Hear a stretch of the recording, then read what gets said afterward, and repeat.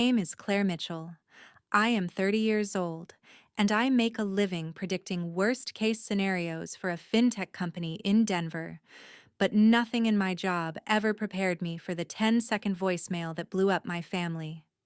It came in on a Tuesday afternoon, right between a risk report and a cold cup of coffee. I tapped play and heard my mom's voice, flat and businesslike, as if she were canceling a subscription, not her daughter. "You're out. Don't come back. We're moving on without you."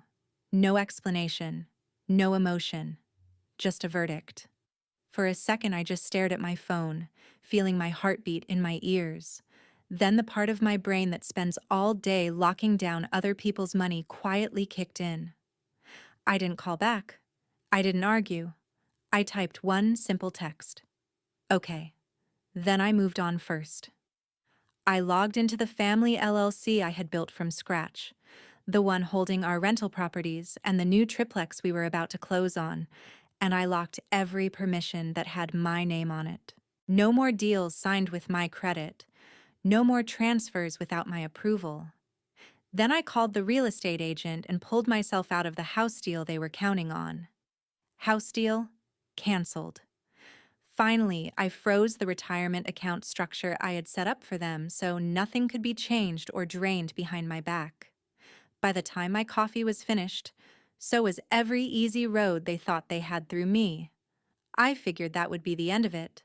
Instead, by the next morning, my phone showed 46 missed calls and a voicemail from their lawyer saying, "We have a serious problem."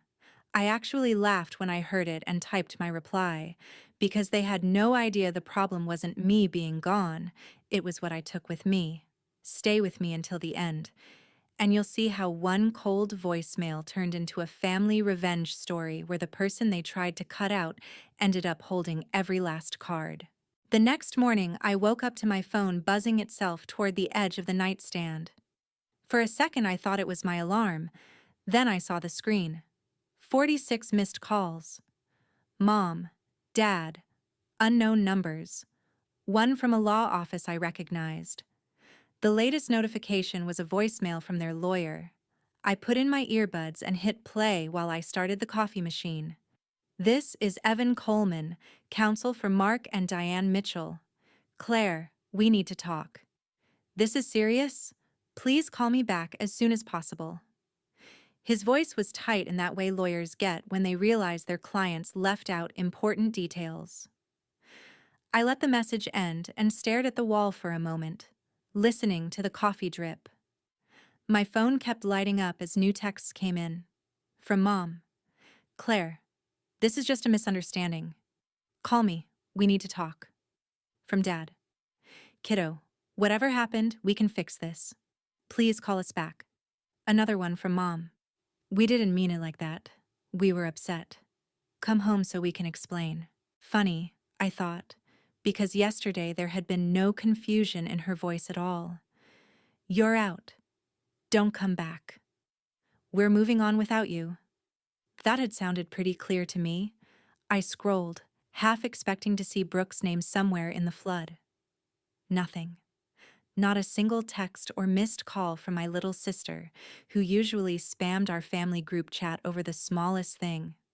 For someone who loved attention, she was very quiet now. While the coffee finished, I opened the building security app and pulled up the camera feed for our front entrance, almost on autopilot. The screen showed a clip from earlier that morning. My dad standing outside the glass door of my apartment building, hands shoved deep into his jacket pockets, looking up at the second floor where my unit was. He checked his phone, hesitated like he was about to ring the buzzer, then turned around and walked away. No call. No knock. Just retreat. My chest tightened for half a second. Then I pushed the feeling down. When people show you how easily they can cut you off, you do not rush to comfort them when they feel the knife swing back their way. On the way to work, my phone kept vibrating in my bag. I let it. At my desk, I finally shot off 3 short replies. To Mom, "I'm safe. I need time." To Dad. I heard the voicemail. "I'm not ready to talk." To the lawyer. I received your message. I will respond in writing. I did not owe anyone more than that. A little before lunch, my coworker Jenna rolled her chair over to my desk, lowering her voice. You have been staring at that screen like you are about to blow it up, she said. Everything okay at home? I almost said yes out of habit, but stopped myself. Not really. My parents decided I am out of the family business. Her eyebrows shot up. Do they realize you are the family business? I shrugged. They left a voicemail. I locked things down. Now their lawyer is involved. Jenna let out a slow whistle. Look, I am not telling you what to do, but you know how this goes. The second money is involved. Everybody starts performing. If you make moves out of guilt, they will spin that into you admitting fault. Make sure every decision you make is something you'd be fine explaining to a judge one day. I nodded. That part I understood better than anyone. Risk management was my job. I had spent years building systems so people could not quietly move money around behind each other's backs. And now I was realizing I had built the perfect system to keep my own family from doing the same thing to me. As I walked to the break room to refill my coffee, my phone buzzed again. A new text from an unknown number. Heard you pulled out of the triplex because you're overwhelmed. You okay? It was a cousin on my dad's side. Overwhelmed. That was definitely not my word. It sounded like something Brooke would say, while blinking back fake tears. The pieces started to line up in my head. The timing of her losing her marketing job, the way she'd started throwing around phrases like streamline the LLC and free up equity at Sunday dinners, as if she had ever cared about spreadsheets before. The fact that she was the only one quiet now, like a puppeteer who had already pulled the strings and was waiting off stage to see the outcome. I stared at my phone and felt the first clean edge of anger, sharp and cold, slide into place. If Brooke was behind this, if she thought she could shove me out of what I built and climb into my spot while our parents played along, then she had chosen the wrong sister to pick a financial fight with.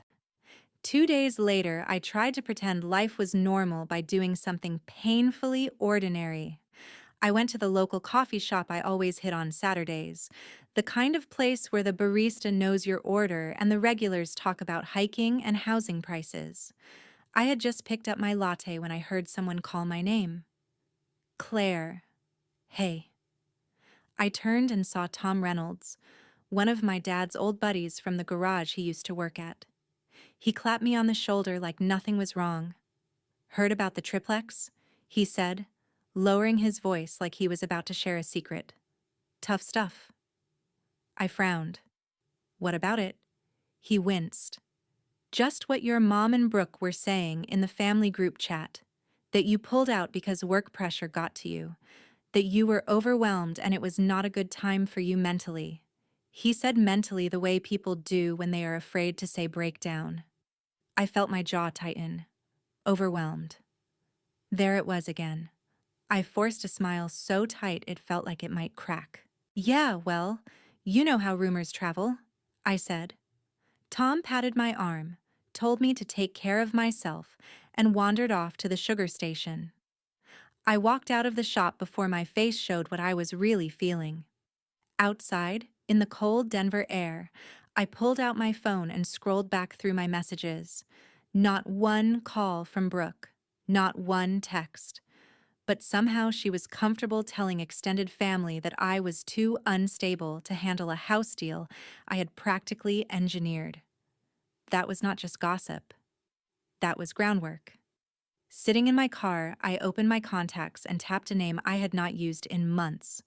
Daniel Hayes, the financial advisor who had helped me set up the original structure for our family LLC before my parents, under Brooke's influence, switched to someone newer and flashier. Daniel picked up on the second ring. Claire. This is a surprise, he said, still keeping everyone out of trouble. Working on it, I said. I have a question. Has anyone tried to change ownership percentages in Mitchell Holdings LLC recently? There was a pause, the kind where you can hear someone sit up straighter. I've seen some draft documents float by, he said slowly. Your mom mentioned a new advisor, asked a few hypotheticals, but I saw references to adding another family member as a managing member, and your signature line was blank. It looked messy, so I told her nothing could move without you. My grip tightened on the steering wheel. Another family member.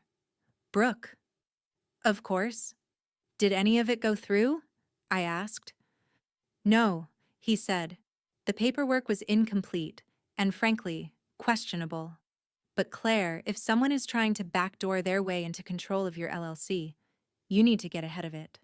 I thanked him, hung up, and stared at the dashboard for a long moment. I thought about the voicemail telling me I was out. I thought about Tom parroting the word overwhelmed. I thought about my mom suddenly wanting a new advisor right after Brooke lost her job. This was not random. This was a plan with a shaky legal backbone and a lot of emotional manipulation on top. A new notification popped up while I sat there. From Brooke. Finally. What do you think you're doing, Claire? Pulling out of the house deal? Freaking everyone out? Locking down accounts? This is a mess and you are making it worse. For a second, my fingers hovered over the keyboard. I almost unleashed everything boiling in my head. Instead, I deleted the reply draft and opened my email. First, I wrote to the real estate agent. Per our conversation, please consider this written confirmation that I have withdrawn from the Mitchell triplex purchase as a borrower and primary qualifier. Any further representation that I am participating in this transaction is inaccurate and unauthorized. Then I asked for a formal cancellation notice to be sent to my parents, copying their lawyer. Next, I opened a new message, this time addressed to Brooke, but written like any other risk escalation I would send at work. Brooke, this email serves as formal notice that any attempt to alter ownership, signature authority, or financial structure related to Mitchell Holdings LLC, its associated properties, or retirement accounts without my written consent is unauthorized and may constitute fraud. Do not sign my name. Do not imply my approval. Any such action will be documented and shared with legal counsel. Claire. No yelling, no name-calling, just facts and consequences. I sent it, then turned my phone face down on the passenger seat. By the time I drove home, my call log showed 6 more attempts from Mom, 3 from Dad, none from Brooke. At my apartment, I opened my laptop and started a new folder labeled Family Risk File. I dragged in screenshots of texts, the lawyer's voicemail, Daniel's notes, the email I just sent. Every move, every lie, every attempt to paint me as unstable was going in there. Because if Brooke was building a story where I was the problem, where I was the weak link to be cut out so she could slide in, then I was going to build a better story, one backed by timestamps and evidence. And I could not help wondering as I watched the files pile up on my screen, how many families blow up like this because one person values the truth less than the role of victim they have been rehearsing their whole life. 3 days later, an unknown number flashed on my screen in the middle of a spreadsheet. I almost let it go to voicemail until I saw the firm name. This is Claire.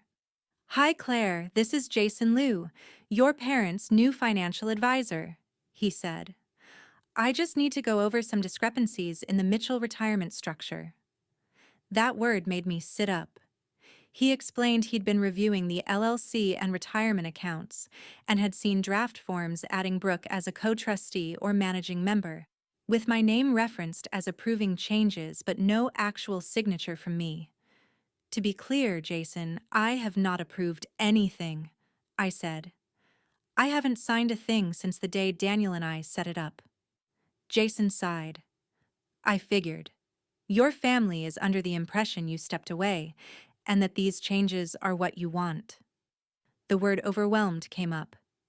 From a compliance standpoint, I needed your confirmation.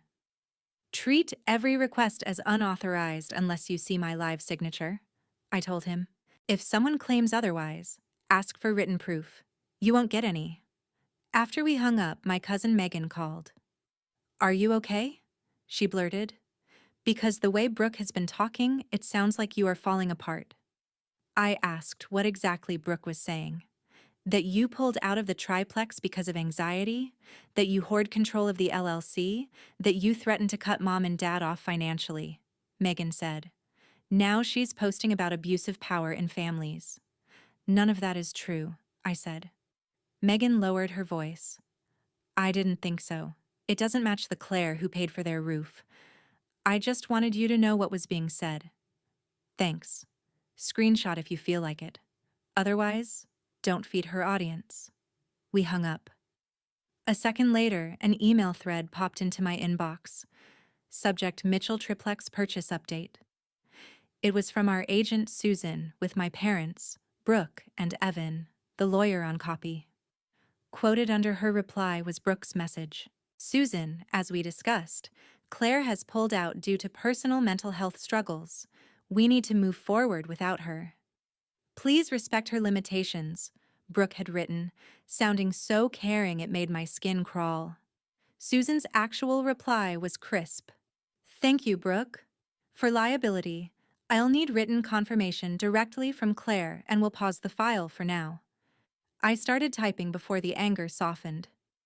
Hi, Susan, I wrote.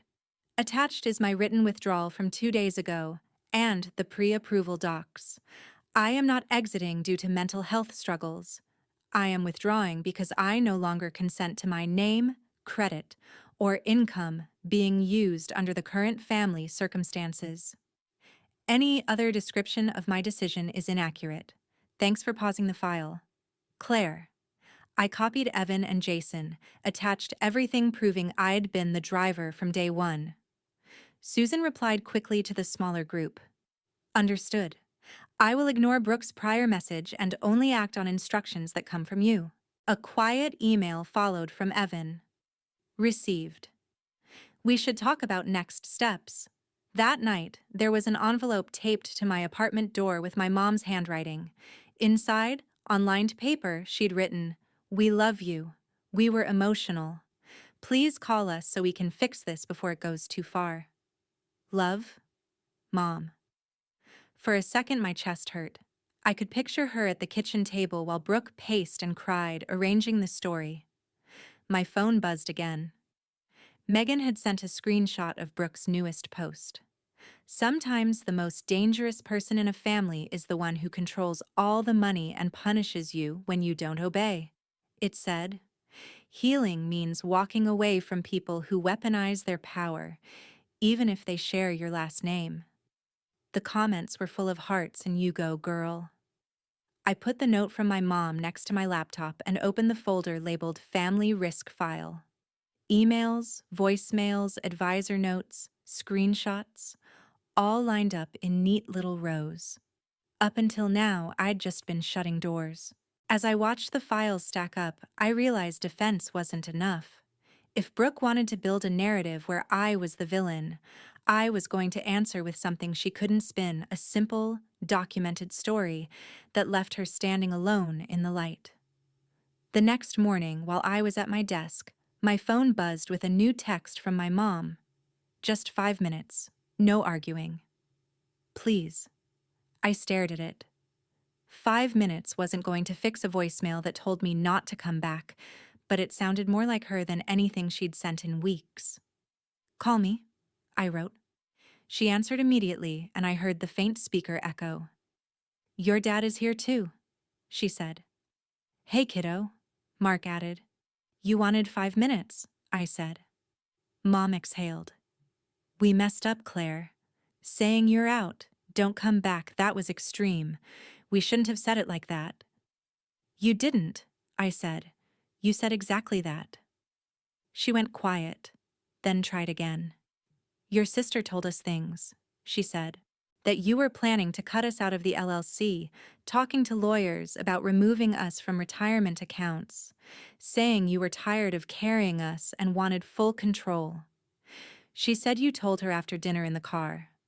None of that ever happened, I said. Did you hear those words from me, directly? Well, no, Mom admitted. Brooke said you talked in the car on the way home. I took my own car that night, I said. I left alone. There was no car ride. Dad swore softly. Why would she make that up? Mom whispered. But it sounded like she already knew the answer. Maybe because she wanted what I have, I said. If I'm unstable and power-hungry, sliding herself into documents looks like protecting you, not using you. Dad sighed. This is past family drama now. Evan called. Jason called you. Susan paused the house. I know, I said. That's why I'm done with whispers. We're going to sit down, all four of us, in the same room. No speakerphone, no vague posts. I'll bring documents.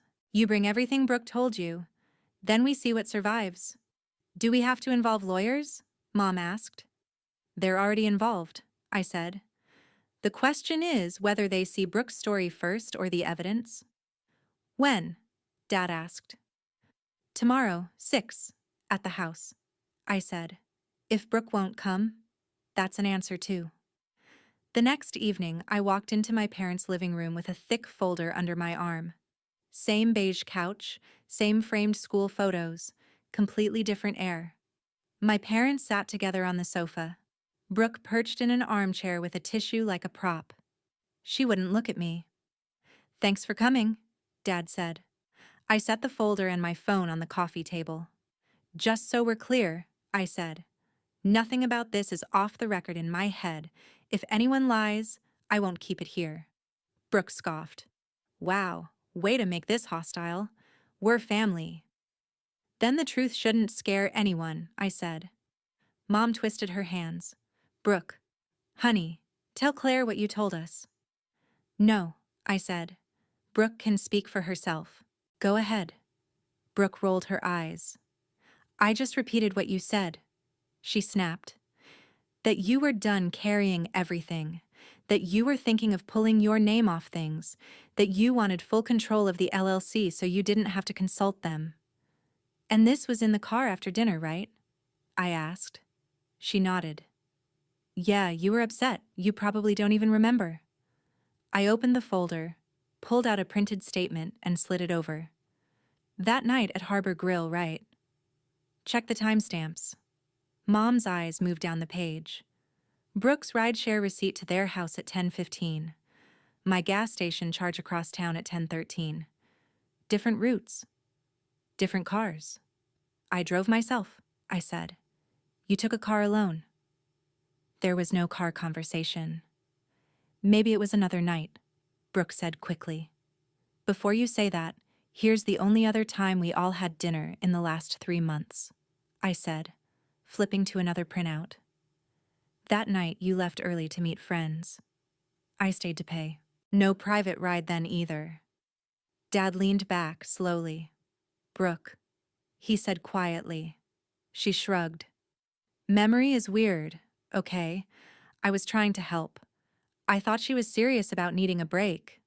I laid down the email to Susan next, my withdrawal sent before Brooke's mental health story, then Susan's reply saying she'd ignore anything that didn't come from me. Then Jason's note about draft documents with my name referenced but not signed. Then screenshots of Brooke's posts and Megan's messages. One by one, the pages built a line from my voicemail to this couch. Mom finally turned to Brooke. You told us you saw emails, she whispered. You told us Claire said she was done with us.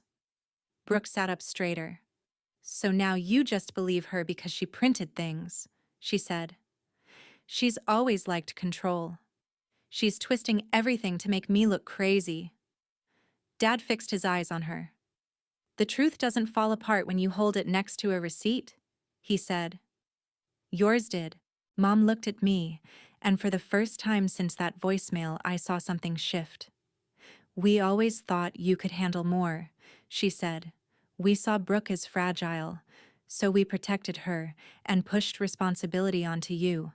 And now I'm sitting here realizing the only person who has lied to us is the one we told not to come back. Brooke opened her mouth, but Mom lifted a hand. Not this time, she said softly. The word no landed between them, and I felt something inside me finally, quietly, slide back into place. They had tried to cut me out based on a script Brooke wrote. Now they were watching that script burn, page by page, and realizing they were seconds away from losing the one person who had actually kept them afloat. The silence after my mom's no sat there like a fifth person in the room. Brooke shifted in her chair, eyes darting between our parents and me, testing which way the wind was blowing. "So what now?" she snapped finally. "You've got your little packet of papers. Congratulations, Claire. Are you happy you made Mom cry?" I ignored the jab. "This is not about anyone crying," I said.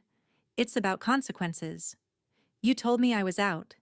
You tried to push changes through behind my back. You told people I was unstable so you could step into things I built. That has to mean something other than a sad Facebook post and everyone pretending it never happened." My dad rubbed his jaw, the way he did when he was lining up a difficult repair in his head. "What do you think should happen?" he asked. Brooke whipped her head toward him. "Seriously, Dad. You're asking her?" I met his eyes. "You wanted me out of the family business," I said. "Fine. I'll step back from being the default safety net. But that also means no one gets to quietly use my name, my credit, or my work. Starting with making sure Brooke has zero access to anything I've set up." My mom hesitated. "Brooke doesn't have access?" she started, but I shook my head. "Not formally, maybe," I said. "But she's been in meetings. She's been in group chats about the triplex. She's been talking to advisors like decisions were already moving in her favor. That stops. Today." Dad sighed, looked at Brooke. "Honey," he said, "we need to be clear here. No more talking to advisors for us. No more speaking on our behalf. No more hinting that Claire is okay with things when she is not." Brooke blinked hard. "So you're just going to cut me out?" she said, voice going high and thin. "After everything I have done for you." "What exactly is that?" I asked, unable to stop myself. "The Instagram story about being raised by wolves in the suburbs? Or the half-baked business plans you wanted me to fund?" Mom flinched but didn't scold me this time. "Mark," she said quietly, "maybe we should make it official. No additional beneficiaries. No shared accounts. No promises we can't keep. We've been saying for years we'd help Brooke start something. Pay off this card. Co-sign that loan. All it has done is make her think she is entitled to money that isn't there until Claire builds it." I looked at her, surprised at how blunt she was being. Diane turned to me. "We want you to rewrite the documents," she said. "The LLC, the retirement stuff, all of it. Based on what you think actually makes sense, not what we say in the middle of a fight." I stared at her.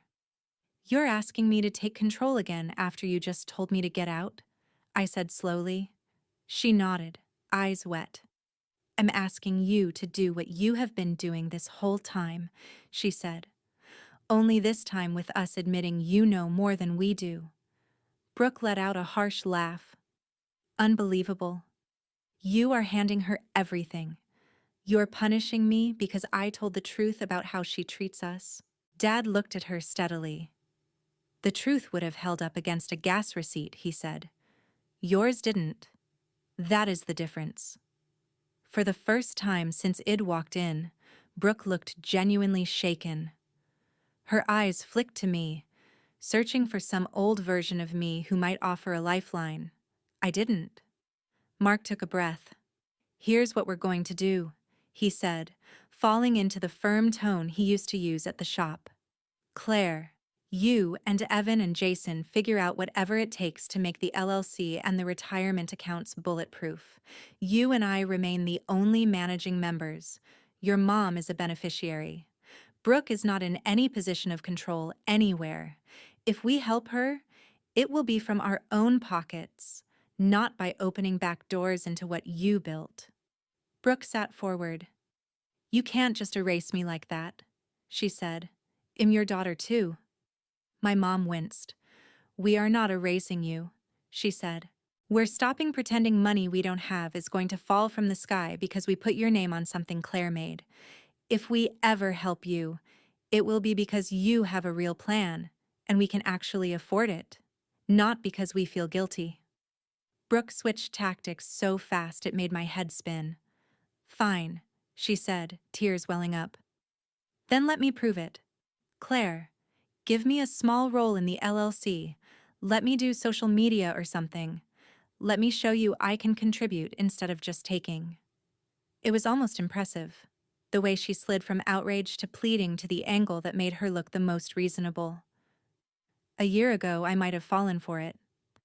Now, I just saw another version of the same pattern. I stood up, picked up my folder. No, I said simply. If you want to prove you can build something, you don't do it by wiring yourself into what someone else has already built. You do it by starting with nothing, like I did.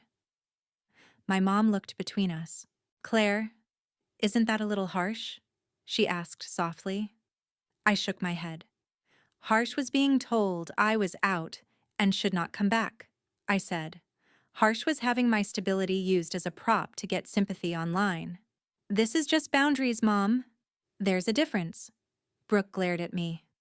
You are going to regret this, she hissed. You think you can cut me off and walk away clean. I picked up my phone and slid it into my bag. No, I said. I think I can protect what I have earned and stop you from turning my work into your safety net. Whatever happens to you after that is not on me. On my way out, my dad walked me to the door.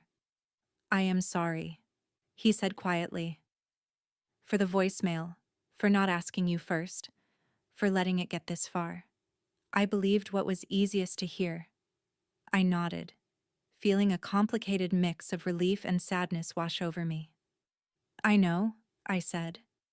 But believing the easy story does not mean the consequences are easy too. Over the next week, the shifts became real. Jason sent over revised drafts, with only my and Mark's names in control positions. Evan scheduled a meeting where my parents signed documents limiting who could ever touch their accounts. I updated the LLC operating agreement to explicitly state that no new managing member could be added without unanimous written consent from existing ones. There was no line where Brooke's name could even be penciled in later. When the last signature dried, I felt something settle into place. Not revenge as a dramatic moment, but revenge as a structure. A system in which the person who tried to push me out no longer had any way in. A few days after that, Brooke showed up at my office unannounced, eyes big and red, asking the receptionist for me. She was holding a binder, the kind you bring to pitch a project. I met her in the lobby, arms crossed. I have a business plan, she said, thrusting the binder toward me. Events, brand partnerships, influencer collaborations. If you just invest a little, I can pay you back and prove everyone wrong. I didn't take the binder. Start it without me, I said. If it works, you won't need my money. If it doesn't, you'll know why I said no. Her face crumpled, anger and panic fighting for space. You are really not going to help me, she whispered. Not after everything. I thought of Daniel's warning, Jason's caution, Megan's screenshots, my mom's note, my dad's quiet apology, that voicemail that started all of this. I'm done helping people set themselves on fire with my gasoline, I said. Then I turned and walked back through the secured door to my floor, leaving her and her binder and all of her almosts on the other side. A month later, I stood in the driveway of a pale brick triplex on the edge of Denver, holding a box of kitchen stuff and watching my parents argue about where to put a bird feeder. The bottom unit was theirs now, officially, in writing, with a clause that said they could live there for the rest of their lives, without anyone being able to touch it. My unit was on the second floor, light spilling through big windows. The third unit was already listed for rent, the numbers penciled out in a spreadsheet only I controlled. Mitchell Holdings, LLC, the thing Brooke had tried to slide into, was leaner and cleaner. Just me and my dad as managing members, my mom as beneficiary, and more safeguards than any family drama could shake loose. No side doors, no room for creative interpretations. On weekend evenings, I'd come down and cook with my mom in her new kitchen, while my dad watched some car show in the living room. We did not rehash every detail, but we stopped pretending money was some mysterious fog nobody understood. I would pull up the accounts on my laptop and walk them through what was real instead of what they wished was real. It was not perfect. There were still sad moments, still guilt in their eyes when Brooke's name came up. But now, when she texted asking for help with another credit card, my mom would show me the message, then set her phone face down and say, "We can't fix this for her. Not this way." From what I heard through cousins, Brooke ended up in a small apartment across town, bouncing between gigs, her big event plan never really taking off. People were starting to notice that her stories always needed a villain and a spotlight.